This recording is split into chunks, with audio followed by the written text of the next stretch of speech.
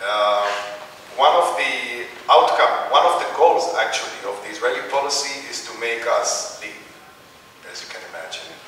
And part of the Freedom Theater work is to try to implement some ideological aspects of why we have to stay in Jenin and struggle and not just run away because it's a hard life. But it works. 50% of the population of Bethlehem left because they have money. 50% of the camp left without money. 78% of the children of Jenin want to go to Europe. I mean, 78%. So this is just to show you how successful is the Israeli transfer policy is. They didn't like us because we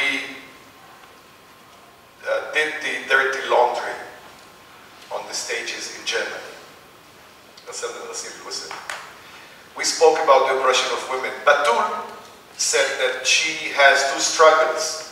First, to fight as a Palestinian against the Israeli occupation, and second struggle as a woman in her own society. They didn't like the other part. They say, don't talk about the suffering of women, talk about the wall, talk about apartheid, talk about checkpoints.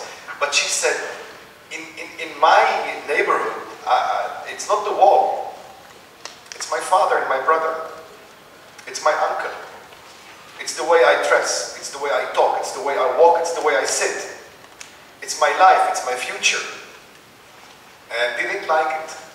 They didn't like the fact that we mention the term civil war. There is a civil war in Palestine. Not only between Hamas and Fatah. It's not yet burning in the West Bank because the Israeli army is still holding it. But it's going to come soon. So, and you know, community in exile are always more conservative than if they were living in their own countries. They become, you know, communities in exile are more Christian than the Pope, we say. We do the same. Because they are attacked. They've always been blamed, you beat your woman, you kill your woman, and, you know, and suddenly they come to see Palestinian play who deals with women issues. They were expecting to see what we Palestinians been showing the world for 60 years, how victimized we are and how much suffering we have and how poor we are. And we in the Freedom Theater want to change this image. We are not poor. We are not the ultimate victims. We do mistakes. We are human. We fight. We are proud. And this is who we are. And it's not the image that this community is looking for. Right. Now, you've been telling and showing us really important stories about the Freedom Theater, about Jenin, and about the wider context. Finally, I just want to ask you something about yourself as an actor. Do you still act? Do you have time to pursue that part of your career? I don't act. I long acting. You know, to get down off a stage it's not an easy thing for an actor, especially in my age, where, you know, 50 for an actor is the peak. Yeah, it's Macbeth, King Lear, Othello. Who?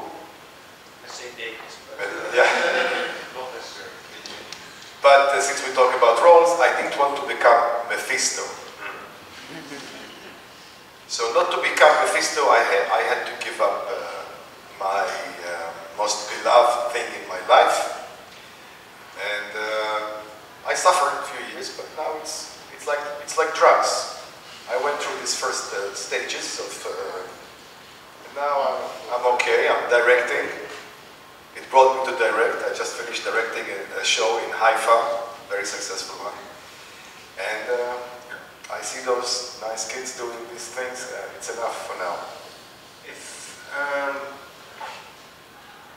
you were invited now by a really sympathetic, how do you say, credible theater company in Tel Aviv, let's say, what would you say?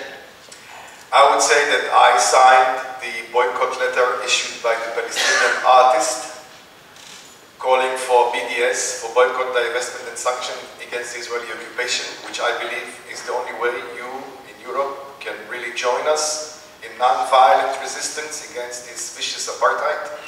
And I will not go on the Israeli stage unless the last brick of the wall will be down.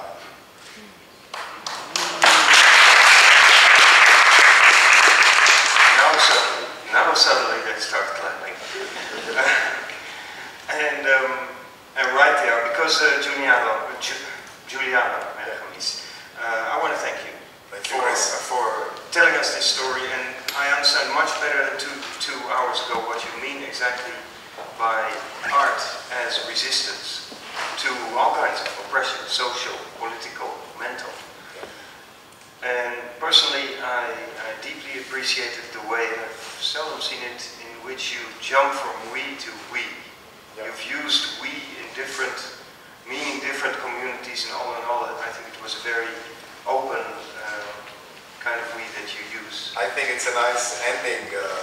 The we thing, when I'm talking about Palestinians, I say we. When I talk about Jews, Israelis, I say also we.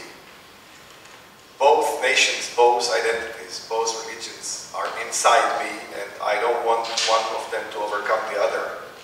I believe that at the end, we Jews and Arabs will live together.